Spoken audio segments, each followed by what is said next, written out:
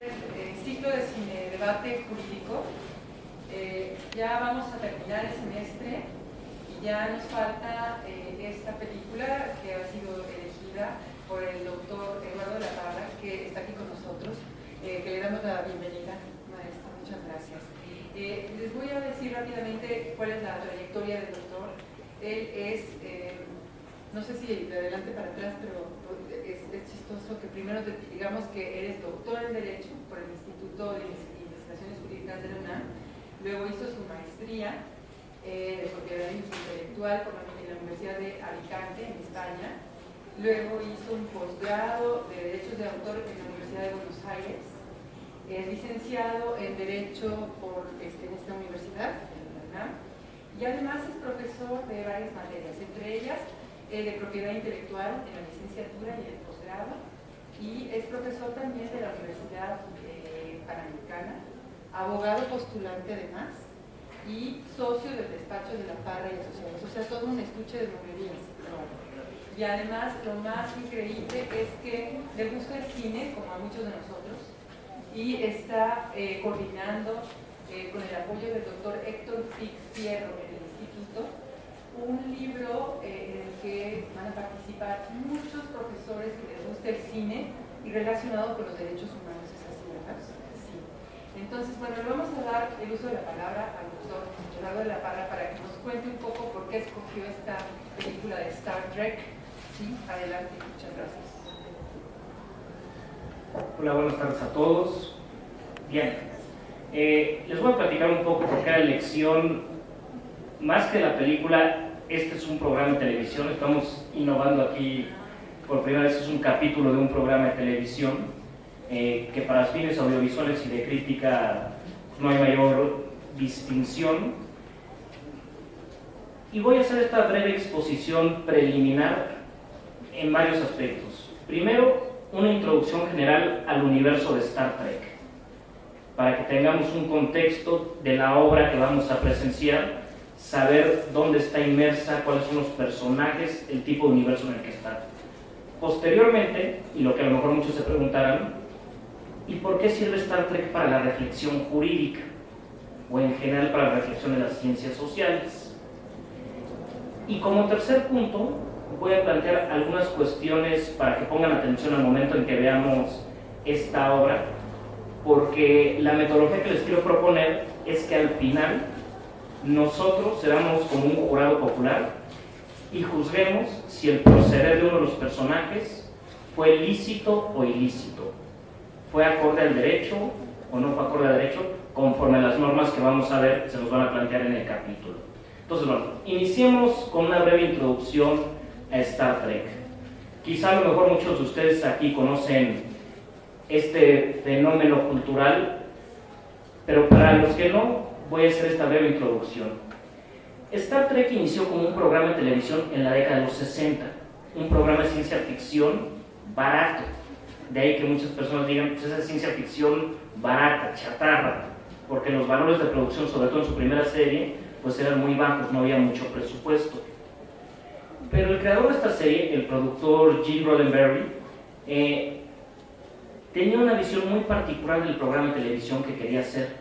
De entrada, dijo, en la televisión de Estados Unidos no hay programas que sean multiculturales, que tengan un elenco de diferentes etnias, de diferentes razas, donde pudiera haber protagonistas de sexo femenino. No hay un programa de televisión así, y yo quiero hacer un programa de televisión así. ¿Cómo lo puedo ensamblar? Pues contando las historias de una nave espacial que recorre el universo, y como toda nave necesitaba una tripulación. Entonces era una oportunidad de tener varios miembros de carácter multicultural. Desde luego hay representación del sexo femenino, hay afroamericanos, hay rusos. En una época en que estaba lo más duro de la Guerra Fría, pues estaban rusos y estadounidenses trabajando conjuntamente en una nave interestelar. Había japoneses e incluso había extraterrestres, todos trabajando armónicamente por el bien común. Eso es más que suficiente para que la serie Star Trek tenga un lugar en la historia de los derechos humanos en el mundo audiovisual. Pero el creador no solo se quedó ahí, quiso ir más allá y quiso que cada capítulo se plantearan dilemas morales donde se pudiera hablar y discutir de la problemática de la sociedad. Él sabía que, por ejemplo, si en la década de los 60 hacía un programa de televisión donde se discutieran los derechos civiles, las minorías, a lo mejor las grandes cadenas de televisión no le iban a aceptar el programa. Pero ¿qué tal si se discutían los derechos de los Klingons frente a los Romulanos?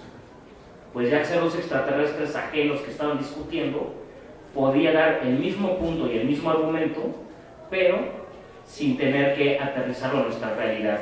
Y así este programa se convirtió en un programa de crítica y comentario social. Posteriormente hubo más encarnaciones, hubo una serie animada en los 70s, después de que vino el fenómeno de Star Wars, de las guerras de las galaxias, se empezaron a hacer varias películas de Star Trek, ahorita llevan creo que en la 13 o la 14, pero en los 80 sucedió algo muy interesante. Se hizo otra serie de televisión que se llamó La Nueva Generación, la siguiente tripulación de esa nave conocida como Enterprise. Y posteriormente han existido más series. Nosotros vamos a ver un capítulo de esta serie La Nueva Generación, un capítulo de 1987 que se llama Justicia. Y es muy interesante ver el contexto de este universo porque se plantea el futuro de la humanidad en relación con otras razas extraterrestres, y un futuro de la humanidad que es utópico, a diferencia de la mayor parte de la ciencia ficción, que nos ponen futuros de distopía, futuros donde se acabó el agua, destruimos el planeta, o nos invadieron los marcianos, y todo es un desastre. Este es un futuro donde la humanidad progresó, se unió, y la tecnología la llevó ya como raza entera, unida y bajo un solo gobierno, a explorar el universo para el beneficio común de ellos y de las nuevas razas. Lo que nos pretendía plantear aquí el productor de esta serie de televisión es: si superamos nuestros problemas actuales, podemos llegar a ese futuro utópico. Y en cada capítulo, como les comentaba, se hacían estas valoraciones de carácter moral y conflictos sociales. Eso en cuanto a la introducción al universo de Star Trek. Bueno, hay otras cosas muy interesantes, como la influencia que han tenido, por ejemplo, algunos personajes. La teniente Uhura, que inspiró a la primera astronauta de los Estados Unidos a convertirse en astronauta. Cuando ella vio en televisión a una mujer piloteando una nave espacial, dijo: pues las mujeres podemos pilotear naves espaciales y me voy a meter a la NASA. Y la inspiró.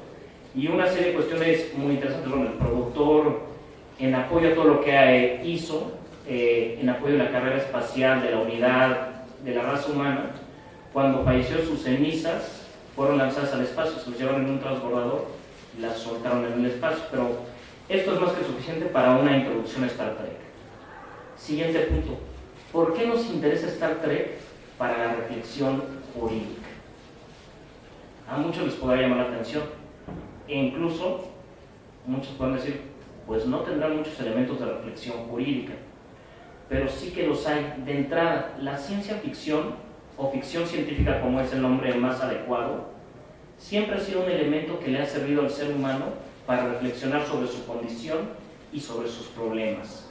Al existir este distanciamiento en plantear el problema no en mi piel, sino en la piel de alguien en el futuro, o de alguien que viaja en el tiempo, o de alguien en otro planeta, nos da cierta objetividad para analizar mejor los fenómenos humanos. Y el caso de Star Trek ha sido muy rico para el análisis social y jurídico. Por ejemplo, aquí es fácil de conseguir en México este librito, Star Trek y los derechos humanos, en esta colección de Cine y Derecho, que lo escriben Alfonso García Figueroa, que es un filósofo de derecho bastante prestigiado en España y que hace una introducción muy buena en esta materia, y Robert Alexi, que en la actualidad es de las máximas mentes del pensamiento jurídico, constitucional y de filosofía del derecho, reflexionando sobre Star Trek. Alguna vez me dijo un amigo: si Robert Alexi, este alemán con un pensamiento tan analítico, tan serio y tan profundo, que ha influenciado, por ejemplo, sentencias de la Suprema Corte de México y de otros países, se pone a reflexionar sobre Star Trek, pues el resto de los pobres mortales como que tenemos permiso para hacerlo. Este otro libro es también muy interesante, se llama Star Trek Visions of Law and Justice, y es un libro compilado en Estados Unidos por varios académicos de varias universidades reflexionando sobre diversos temas jurídicos de Star Trek. Por ejemplo, para mencionarles algunos de los artículos que ven aquí, el sistema jurídico de la Federación de Planetas, y lo analizan a raíz de las teorías de qué es una federación, qué es una confederación, etc. Las relaciones interestelares, aplicando la teoría de las relaciones internacionales. El desarrollo legal, hasta qué punto ha existido un desarrollo legal en el derecho de esta federación. Un artículo que me llama mucho la atención, Where No Woman Has Gone Before. Como verán, en la introducción siempre se dice que esta nave espacial llega a donde ningún hombre había llegado antes. Ya en la versión de los 80 se dijo a donde ningún humano. Y aquí, pues, con base en la teoría de géneros, se analizan los derechos de igualdad, las acciones positivas y la perspectiva de género en Star Trek. ¿De qué color es un androide? Análisis jurídico sobre las normas relativas al racismo. Star Trek como un vehículo pedagógico para la enseñanza, que es algo que pretendemos hacer modestamente el día de hoy. Star Trek y el stare decisis. Cómo se va generando la jurisprudencia en este universo de Star Trek y cómo los personajes en sus diversos capítulos van invocando precedentes y capítulos anteriores, y en qué casos se pueden apartar de estos precedentes y en qué casos los siguen. Entonces, bueno, creo que tenemos una justificación válida, y después de que vean este capítulo creo todavía más, para hacer una reflexión jurídica sobre Star Trek, por lo menos en este caso un capítulo concreto de la serie de los 80. Y finalmente, la metodología. ¿Qué es lo que yo les voy a pedir para que debatamos después de visualizar el capítulo? En este capítulo se va a plantear una problemática muy específica que ustedes van a ver. Y lo que yo les propongo es que analicemos cómo actúa uno de los personajes, el Capitán Picard. El Capitán Picard, en un momento del capítulo, tiene que tomar una decisión que es trascendental, y para hacerlo más dramático, como es en el cine, de vida o muerte. Con las normas, con el sistema de normas que nos van a plantear en este capítulo, acabando, les voy a pedir a ustedes que tomen la palabra y discutamos si el Capitán Picard actuó lícita o ilícitamente. A lo mejor podemos concluir en que la forma en que resolvió el asunto era la moralmente correcta o la aceptablemente correcta, pero discutámoslo desde un punto de vista jurídico. ¿Violentó o no el derecho del capitán al tomar esa decisión? Y pues bueno, sin más preámbulos, creo que es momento de ver el capítulo. Muchas gracias. Pues corre película, corre más bien serie de televisión, ¿verdad?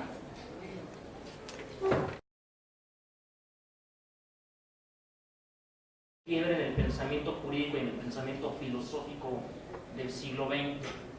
Y una de las cuestiones en las que derivó esto fue lo que tanto habla el compañero de ponderar.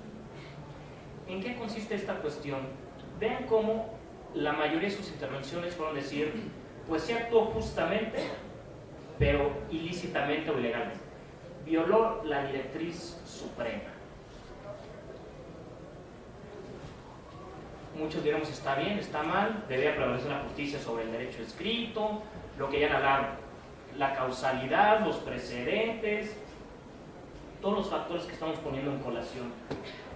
Pero a partir de la segunda mitad del siglo XX, grandes mentes jurídicas empezaron a decir, ¿y cómo podemos hacer para tratar, a lo mejor no de borrar, pero de disminuir este divorcio entre justicia y juridicidad?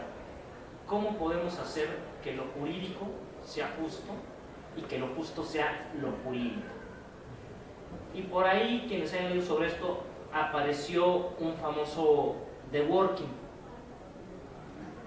que sacó la cuestión de los principios. Dijo, a ver, es que los abogados de inicio del siglo XX se hicieron bolas, porque pensaban que todas las normas eran reglas. Entonces, si vemos el derecho como un conjunto de reglas, pues siempre va a ser muy fácil decir, ¿cumplió la regla o la incumplió? Prohibido salir después de las 9 de la noche. Pues si alguien sale a las 9 de la noche con un segundo, incumplió la regla. Es relativamente fácil ver cuándo se cumplen las reglas o no. Pero además hay otras normas jurídicas que incluso en muchos sistemas normativos están por arriba de las reglas, que son los principios.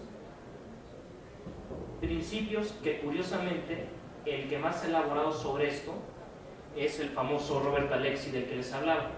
No en su librito de Star Trek, sino en su librito de la teoría de los derechos fundamentales. Ese libro, se los recomiendo que lo lean. No es una lectura fácil, es una lectura bastante complicada, pero hoy por hoy no se puede entender esta clase de problemas y esta forma de solución sin ese librito. Para no ir más allá, la teoría de los principios de Robert Alexy y su forma de ponderar y resolver conflictos es desde el año 2007 jurisprudencia según el Pleno de la Suprema Corte de Justicia. Y cada vez más la Suprema Corte de Justicia está aplicando la ponderación y el llamado principio de proporcionalidad para resolver estos conflictos. ¿A qué nos lleva este principio de proporcionalidad? Decir, bueno, hay estos principios que están por arriba de las reglas y son los que tratan de recoger la visión generalizada de lo que es justicia. Si nosotros pensamos que matar a alguna persona, privarle de la vida, es algo injusto, entonces vamos a generar un principio que se va a llamar derecho a la vida. Si nosotros consideramos que todas las personas deben tener acceso a la educación y que lo justo es que toda persona pueda prepararse y desenvolverse, pues vamos a crear un principio que se va a llamar derecho a la educación. Estos principios, para garantizarlos y para protegerlos, los ponemos hasta arriba de todas las normas, en la Constitución y en los tratados de derechos humanos, para que no lleguen partidos verdes o mayorías congresistas contingentes y den marcha atrás a la protección de lo que en su conjunto consideramos que es lo justo. Va a haber puntos en donde a lo mejor no lleguemos a acuerdos, entonces a lo mejor no los subimos como principios. Y es muy interesante porque queda claro en el capítulo que la directriz suprema es un principio. También es un principio que la ponen, es suprema, es lo más importante y cada momento se están refiriendo. Entonces vean el dilema del Capitán Picard. Si violo, no voy a violar cualquier norma, voy a violar la norma suprema, voy a cometer una violación de las más graves. Y vean cómo en varios momentos se lo plantea como, a lo mejor sí voy a violar esa norma, voy a actuar antijurídicamente por contravenir el principio. Hay otra parte por ahí que ahí sí, bueno, ya los guionistas no lo desarrollaron, no eran abogados, pero que lo dejaron ahí, que nos sirve para la reflexión jurídica, que en algún momento Picard también dice, la directiva suprema nunca quería llegar a tanto como privarle de la vida a un miembro de la tripulación. Si la directiva suprema, ¿cuál es su razón de ser? No interferir con los pueblos internos, ¿por qué? Con la vida interna de los pueblos, porque así vamos a afectar su desarrollo y vamos a violentar sus normas. Entonces es por un respeto a los terceros. Si yo voy a respetar la vida y el desenvolvimiento de los terceros y aplico esa norma para privarle de la vida y del desenvolvimiento natural a uno de los míos, pues ya no estoy cumpliendo con la finalidad, con el propósito por el que se dictó esa norma. Y lo más interesante es que dice por ahí, y también yo tengo el deber de no dejar que mueran injustificadamente los miembros de mi tripulación. Y aquí sacamos el segundo principio. Ahí viene la ponderación de principios. Porque sí, coincido con el compañero físico. No podemos decir simple y sencillamente vamos a ponderar peras con manzanas, a ver cuál nos gusta, porque si no, llevaría a una anarquía.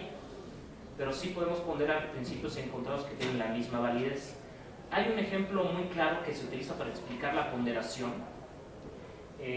Lo utiliza Carlos Bernal Pulido. Si pueden encontrar escritos de Carlos Bernal Pulido, es de los mejores que ha tratado este tema, es un jurista y filósofo colombiano. Nos pone un caso que resolvió el Tribunal Constitucional colombiano. A ver, la Constitución colombiana trae como principio la vida humana y la salud. Y creemos que prácticamente todos los ordenamientos del mundo y la Federación traen como principios la vida humana o hasta extraterrestre, pero la vida de los seres inteligentes. Y también la Constitución colombiana tiene como principio el libre desarrollo de la religión, de las prácticas religiosas, y de decidir la educación de los hijos cuando estos sean menores de edad. Se presentó un caso en donde testigos de Jehová que tienen prohibido acudir a la medicina alopática, hospitales, drogas, etc., tenían una familia, una hija con una enfermedad muy grave, que dijeron es fácilmente curable, hay que darle un tratamiento durante ciertos meses y con eso salva su vida. Si no se le da el tratamiento, científicamente comprobado, perderá la vida. La enfermedad avanzará y perderá la vida. Y suscitó esto un debate en Colombia. Los testigos de Jehová decían no, con base en nuestra libertad religiosa y en nuestro ser supremo, no la vamos a someter a ningún tratamiento médico. Por otra parte, empezó a crecer la indignación de la sociedad colombiana, que decían, se va a morir la pobre niña por, quién sabe si podemos calificarlo de fanatismo religioso o no, pero por las creencias religiosas de los padres, se va a morir la niña. El Estado tomó la decisión de, por la fuerza, extraer a la niña de la tutela de los padres y llevarla a un hospital. Los padres fueron y presentaron un juicio constitucional diciendo que las autoridades colombianas habían violado el marco jurídico y concretamente la libertad religiosa y la libertad de educación. Tenemos dos principios igual de valiosos, al mismo nivel. El uno no es más importante que el otro. Y en ese caso concreto, ¿qué hizo el Tribunal Constitucional colombiano? Ponderar. Los dos principios los debo de cumplir, pero cuando chocan, debo de tratar de salvaguardar ambos principios y en todo caso irnos a lo que se llama el subprincipio de necesidad. Irme por el principio que resienta menos afectación o que su afectación sea más grave. Ejemplo, en este caso, la libertad religiosa. Si pusiéramos en escala del 1 al 10, ¿qué tanto violó el Estado colombiano? O mejor dicho, ¿qué tanto se afectó, por no hablar de violaciones? La libertad religiosa, ¿qué le daríamos? ¿Un 7? ¿Un 5? ¿Un 8? ¿Qué tan afectado resultó la libertad religiosa de los padres? ¿3? 0. 0.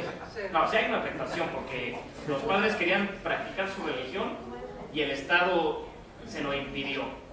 Pero pongámosle, es más, vayámonos barcos, pongámosle un 8.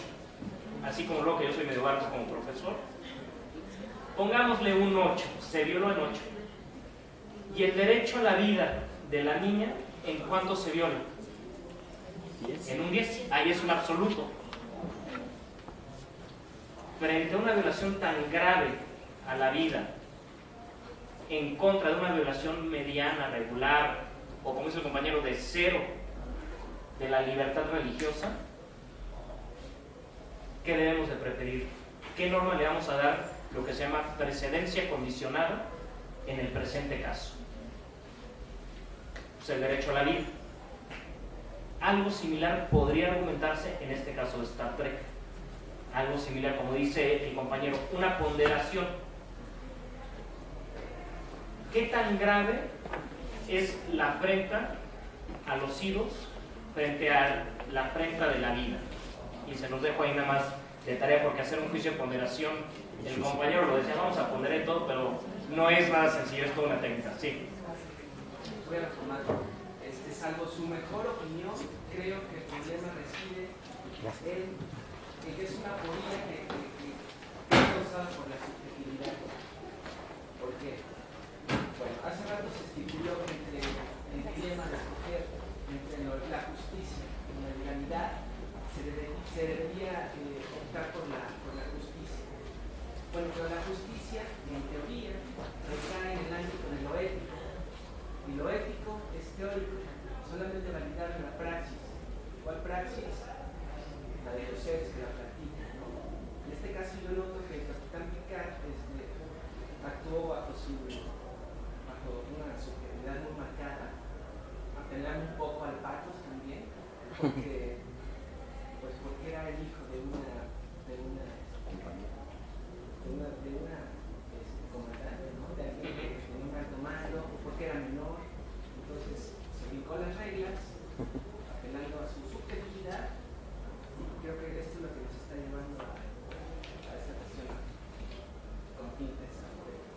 Claro, sí, en ese aspecto sí lo hay, porque efectivamente, por un lado tienes el sistema moral, que es el que te exige la justicia, y por otro lado tienes el sistema jurídico, como bien mencionaba la maestra, son dos cosas separadas, que te exige el cumplimiento de la ley. Entonces sí, efectivamente el capitán se decanta por el sistema moral. Ahora, no estoy tan seguro que sea por una cuestión de porque era hijo de alguien, porque en algún momento dice, si fuera cualquier miembro de la flota, actuaría igual. Habría que ver si eso lo valida con la práctica, como bien mencionas. Pero por lo menos el principio y el valor lo enuncia ahí. Como se dan cuenta, vean cómo un programita de ciencia ficción barata nos dio para discutir ética, filosofía, sistema penal, derecho internacional privado, derechos humanos, historia, etc. Para concluir, les dejo como reflexión cómo podríamos aplicar este capítulo y los dilemas que ahí se plantean a la situación que está viviendo el México de hoy. Por su atención, gracias.